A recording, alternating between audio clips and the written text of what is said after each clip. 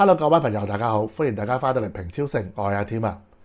嗱，相信大家都知道啦，去日本買嘢最爽，除咗 yen 平之外，就係可以即場退稅啊嘛。而家咧，只要咧去到啲鋪頭買嘢，喺同一日之內買夠5000 yen 嘅話咧，就可以即刻退翻足俾你噶啦。不過咧，呢一個好日子咧，去到2026年嘅11月就要改寫啦。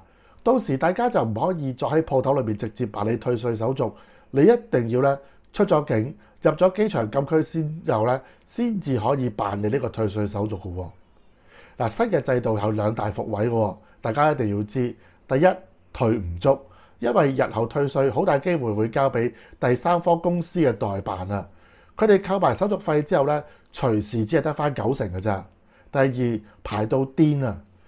全部人喺一齊喺禁區裏邊排隊辦理退稅手續啊！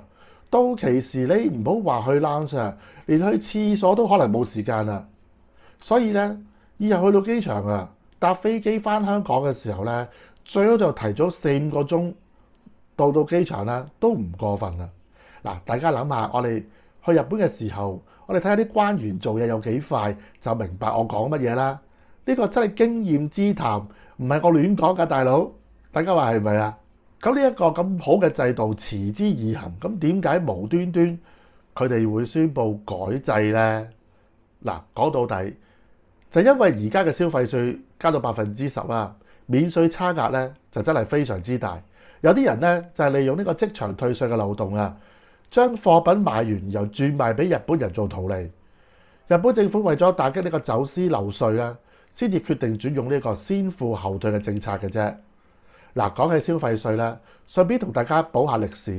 日本係幾時開始徵收呢個消費稅呢？答案係1989年4月1號，即係平成元年嘅時候啊。喺呢一日之前咧，日本係冇消費稅呢一樣嘢嘅。不過咧，佢哋係有一個針對個別奢侈品嘅物品稅同埋酒稅。嗱，當其時買奢侈品同埋買啲高級嘅洋酒咧，都係收不同嘅呢個稅率嘅喎。如果你係買洋酒嘅話咧，係最高可以去到係你估幾多咧？係150%啊！即係你原本價錢嘅1.5倍啊！由於咧佢哋係針對物品嘅不同而收不同嘅稅啦，而令到咧嗰個制度咧係非常之混亂，再加上日本咧係一步一步咧係走向咗呢個高齡化同埋少子化嘅社會問題啦。